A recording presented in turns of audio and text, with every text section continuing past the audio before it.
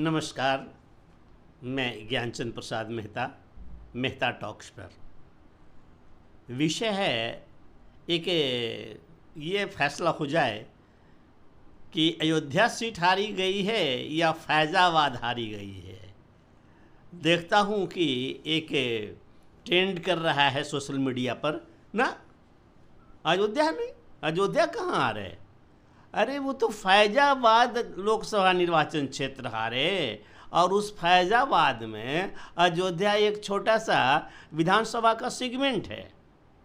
अच्छा, तो अयोध्या जिस लोकसभा का एक विधानसभा है, उसका एक सेगमेंट है, तो वह फैज़ाबाद लोकसभा निर्वाचन क्षेत्र में कितने विधानसभा क्षेत्र हैं, कितने सेगमेंट्स हैं, तो उसी में ही कहा जा रहा है कि उसमें 5 सेगमेंट्स है, और उस 5 सेगमेंट्स में एक छोटा अयोध्या है।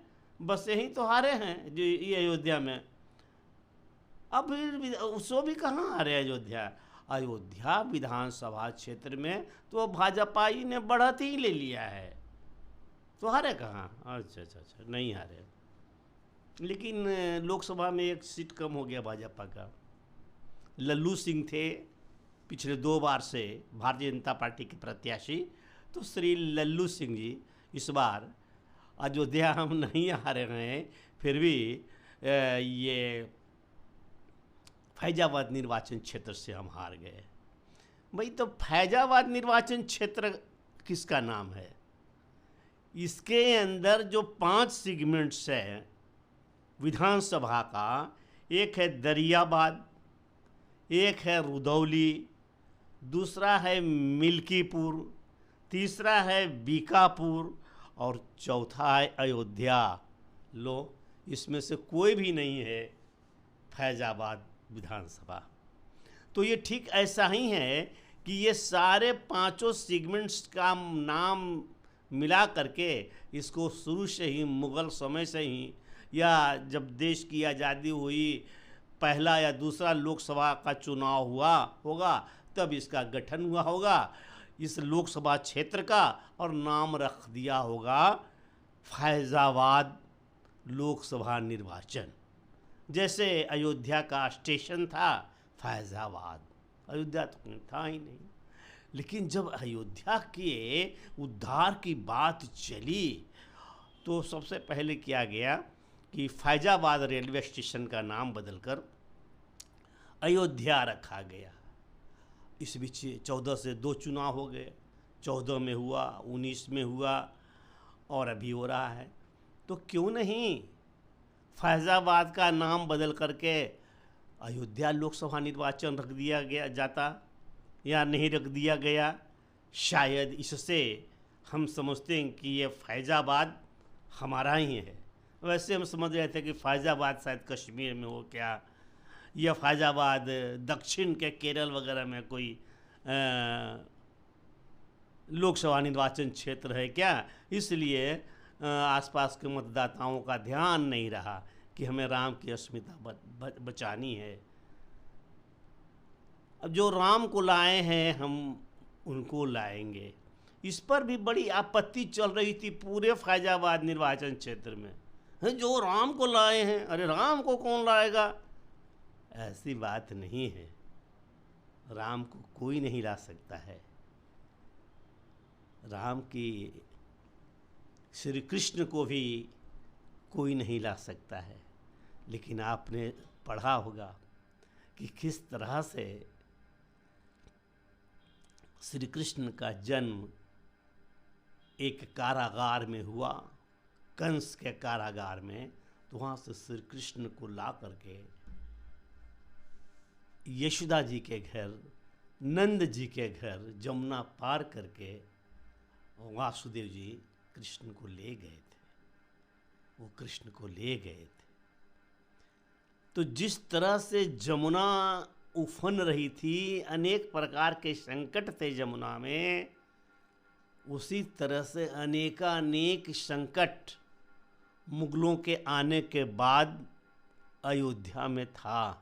उस राम लला के हमें वहाँ वासित करना था प्रतिमा को, हमें वहाँ आरोपित करना था।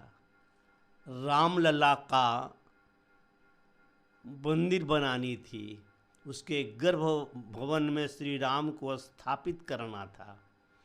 तो इन सारी बातों को रामलला का आना ही कहा जाएगा। ये गलत नैरेटिव सेट किया गया। देखिए कह रहे हैं जो रामलला को लाए हैं हम उसको लाएंगे। भला उनको कोई ला सकता था? नहीं ला सकता था।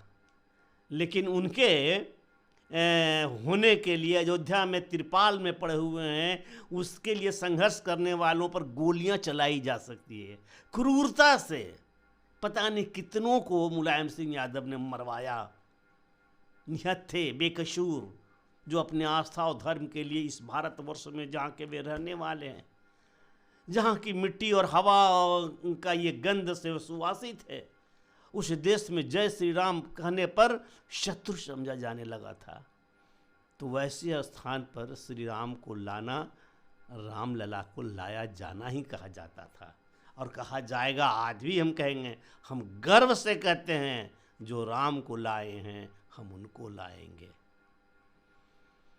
आज अयोध्या में बहुत सा ऐसा वीडियो देख रहा हूँ जहाँ पर अनेक यूट्यूबर घूम रहे हैं और देख रहे हैं कि वहाँ से बेचने वाला, फेरी करने वाला दुकानदार बड़ा मायूस है। वे कहते हैं कि निश्चित रूप से असर पड़ा है और सीधा असर पड़ा है बिक्री पर, बोहनी नहीं होता है। बता रहे हैं कि जहाँ का भाड़ा 20 रुपया था आज 5 रुपया में देने के लिए कोई तैयार नहीं है, पैदल चले जाते हैं। क्यों? इतना क्रोध है, आक्रोश है। तो कहते हैं कि नहीं, अयोध्या पर क्यों आक्रोश है? ये तो फैजाबाद में 5 या फैजाबाद शहर है, वहाँ के लोगों ने जिता दिया। तो बता सकते हैं कि अयोध्या में ये भव्य मंदिर के निर्माण होने से जो सैकड़ों हजारों लोग आना जाना शुरू किया, इनके आने जाने से जो आर्थिक सुव्यवस्था वहाँ स्थापित हुई है, उसका प्रभाव फैजाबाद में नहीं पड़ रहा है। पूरे फैजाबाद लोकसभा निर्वाचन क्षेत्र में नहीं पड़ रहा है। फैजाबाद की दूरी अयोध्या से कितनी है? सिर्फ 7 किलोमीटर। 7 किलोमीटर है। और 7 किलोमीटर तो एक बाज़ार के अंदर बाज़ार ही रह जाता है। वो आप नहीं कुछ तो गया जैसे शहर, पटना जैसे शहर में तो एक छोर से दूसरे छोर की दूरी 7 किलोमीटर से भी अधिक है। और पढ़ाया जा रहा है कि ना ना ना ना ना हम नहीं वो कुछ नहीं, किसी ने किया, हमारे यहाँ ही नहीं है। फैजाबाद का नाम ही क्यों नहीं बदल दिए थे अयोध्या लोकसभा निर्वाचन क्षेत्र? फैजाबाद कोई दूर नहीं है अयोध्या से। जैसा कि मैं बताया, फैजाबाद में एक दरियाबाद है, वहाँ पर बीजेपी के प्रत्याशी हैं विधानसभा के एमएलए जी। पहला जो विधानसभा क्षेत्र है दरियाबाद, वहाँ सतीश शर्मा बीजेपी के प्रत्याशी अभी जीते हुए हैं, अभी भी हैं। और दूसरे रदौली हैं, रदौली में भी बीजेपी के ही प्रत्याशी है। क्या कर रहे थे? मिल्कीपुर, हाँ, मिल्कीपुर में समाजवादी पार्टी के अवधेश प्रसाद जीते हुए थे। और यही मिल्की वाले समाजवादी पार्टी के अवधेश प्रसाद को वो फैजाबाद निर्वाचन क्षेत्र के लिए सपा प्रत्याशी के रूप में लोकसभा के लिए खड़ा किया गया था, और जिन्होंने लल्लू सिंह को 54,000 से अधिक वोटों से हराया। यही मिल्कीपुर के प्रत्याशी विधायक, जो मिल्कीपुर के विधायक थे अवधेश प्रसाद। चलिए 3 हो गया। चौथा आइए बीकापुर। बीकापुर में विधानसभा में कौन थे एमएलए भाई? तो बीकापुर में भी बीजेपी के ही प्रत्याशी थे और इनका नाम था अमित चौहान, ओबीसी होते हैं। और रुदौली का तो बताए नहीं, रुदौली के बीजेपी प्रत्याशी थे विधानसभा सेगमेंट्स के रामचंद्र यादव। तो ये सतीश शर्मा, रामचंद्र यादव, अमित चौहान और अयोध्या खास, तो अयोध्या को तो बताया ही नहीं। अयोध्या विधानसभा क्षेत्र के बीजेपी विधायक थे वेद प्रकाश गुप्ता, अर्थात फैजाबाद लोकसभा निर्वाचन क्षेत्र के 5 विधानसभाओं में से 4 विधानसभाओं के विधायक भारतीय जनता पार्टी के थे। एक सिर्फ मिल्कीपुर विधानसभा क्षेत्र के समाजवादी के थे और उसी समाजवादी नेता अवधेश प्रसाद को खड़ा किया गया था इस चुनाव में समाजवादी पार्टी की ओर से, और उनके मुकाबले पूर्व के 2 बार विजेता लल्लू सिंह जी थे और लल्लू सिंह हार गए चुनाव। ये हार नहीं तो क्या है, ये हम कैसे कहेंगे अयोध्या हम नहीं हारे हैं, हम निराश नहीं हो, निराश हम नहीं हैं। इस बात को हम निराशा के लिए नहीं कह रहे हैं कि आप निराश हो जाइए। मैं सच्चाई को ला करके हिंदू मन में यह भरना चाहता हूं कि अभी बहुत कमी है, हमें लड़ाई लड़नी होगी, लड़ाई लंबी है, लड़ाई बड़ी है। ऐसा नहीं होने वाला है कि गप से ले लिए 2 बार तो तीसरा बार भी आ ही जाएगा। बड़ी लड़ाई लड़ी है। आइए अब हम यह देखें कि आखिर ये जो 5 विधानसभा क्षेत्र है उसमें किनको किनको कितने मत पड़े और कहाँ कहाँ से कितना बढ़त आया। तो पहले आइए दरियाबाद जहाँ बीजेपी विधायक हैं वहाँ से समाजवादी पार्टी ने लाया 1,31,277 मत। 1,31,277 मत ये समाजवादी पार्टी के अवधेश प्रसाद ने लाया दरियापुर विधानसभा सेगमेंट में।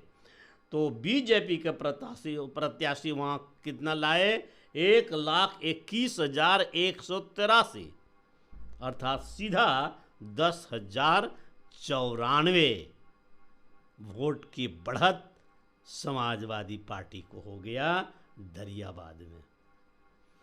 अब आइए रुदौली में जहां रामचंद्र यादव थे बीजेपी के एमएलए, वहां का क्या पोजीशन है, यादव जी ने कैसे संभाला अपने विधानसभा क्षेत्र को। रुदौली में समाजवादी पार्टी को आया 1,04,113 वोट और भारतीय जनता पार्टी के लल्लू सिंह को आया सिर्फ 92,410। यादव जी कहाँ थे?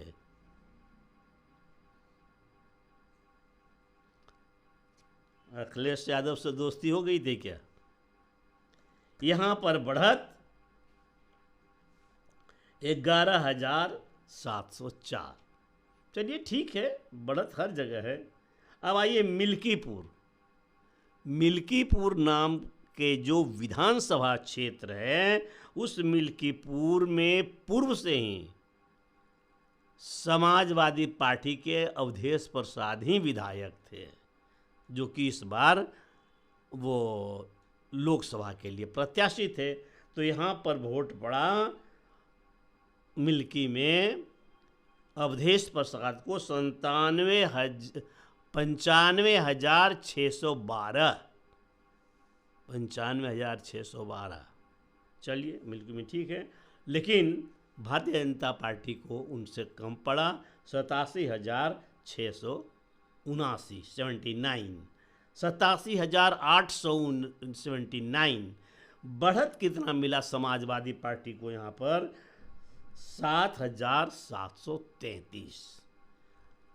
बढ़त कोई ज़्यादा हर जगह नहीं है, लेकिन बात है अयोध्या की, जिस सेंटीमेंट से हमको हटाया नहीं जाता यह कह के कि ना अयोध्या थोड़ी हारे हैं, अयोध्या वो दूर है, वो फैजाबाद वहाँ है, वहाँ ये तो एक छोटा सेगमेंट से वहाँ है। जी नहीं, यह गलत है। अयोध्या से दूरी और ये फैजाबाद की शहर की दूरी केवल 7 किलोमीटर है और एक छोटा सा लोकसभा का निर्वाचन क्षेत्र है जिसकी जनसंख्या भी हमने बता ही दिया कितने मतदाता सभी जगह है। और इस प्रकार से जो टोटल वोट पाए ये आपके अवधेश प्रसाद जो विजयी हुए वो 5,54,289 89 और अपने लल्लू सिंह जी प्राप्त किया 4,99,722 और इस प्रकार से 54,567 वोट से भारतीय जनता पार्टी को वहाँ एक शिकस्त मिली। ये शिकस्त बहुत बड़ी हार है। हिंदू समाज इसे शीघ्र भूलेगा नहीं। गलती किसी की नहीं, किसी नेता की गलती नहीं है। क्या करते हैं सभी के सभी वो विधानसभा क्षेत्र में तो भारतीय जनता पार्टी ही थे। नेता ने जितना चाहा होगा किया होगा, लेकिन समाजवादी पार्टी है तो वही जातीयता, जातीय गणना कराओ, जाति जाति जो हिंदुत्व जो संगठन और संगठित हो रहा था, जो संगठित हो चुके थे, उसमें आप फिर से जो कहते हैं ना, एक हिसाब है बच्चों को कि एक चिकने खंभे पर एक बंदर 3 फीट ऊपर चढ़ता है और 1.5 फीट नीचे सरकता है। 25 फीट का खंभा है, 3 फीट ऊपर चढ़ता है, फिर 2.5 फीट नीचे सरक जाता है। तो ये चढ़ते और फिसलते कितने दिन में पहुंचेगा चोटी पर? वही हिंदुओं की स्थिति है। वो हिसाब बच्चों में को है कहीं पढ़ने की, देख लीजिएगा तो हिसाब समझ में आ जाए तो बना लीजिएगा। यही अंशर है हिंदुओं के लिए। बहुत अच्छी स्थिति नहीं है। फैजाबाद चोट दे गया। फैजाबाद ही चोट नहीं दिया गया, जातीयता की लहर ने बनारस को भी तपा दिया, जहां हमारे प्रिय प्रधानमंत्री जी स्वयं प्रत्याशी थे और किसी तरह से गिरते पड़ते वे जीत सके। कितने कृतज्ञ होते हैं हिंदू, तभी तो दुनिया भर के सभी हिंदू बोलते हैं। इतना समझाया जाता है हिंदुओं को, समझ भी जाते हैं, संभल भी जाते हैं, लेकिन जहाँ जातीयता की बात आती है वहाँ घुटने टेक देते हैं। अयोध्या में बहुत अनेक प्रकार, क्षमा कीजिएगा, वाराणसी में, बनारस में अनेक प्रकार से गलत बातों को समझाया गया। ये तो पूरे देश में समझाया गया। ये आएंगे तो संविधान बदल देंगे, ये आएंगे 400 पार करेंगे तो सबको ऐसा कर देंगे, वैसा कर देंगे, अनेक तरह की बात, आरक्षण तो ख़त्म कर देंगे और ये तो बेकारे है। अग्निवीर तो सबसे श्रेष्ठ है। अग्निवीर यदि नहीं होता या नहीं है तो क्या करते आप 4 साल तक? तो जो 4 साल तक जो बैठा हुआ है, 4 साल तक की तो एक BIT या बैचलर ऑफ इंजीनियरिंग की पढ़ाई होती है। 4 साल में पढ़ के आते हैं लोग, समझो पढ़ाई करने गए हैं। अब पढ़ाई करके वो आपने सर्टिफिकेट ले लिया है वहाँ से। अब कई जगह जिले की बहाली होगी या सेना में बहाली होगी तो आप उसमें भागीदारी जब लेंगे तो आपको प्रेफरेंस मिलेगा।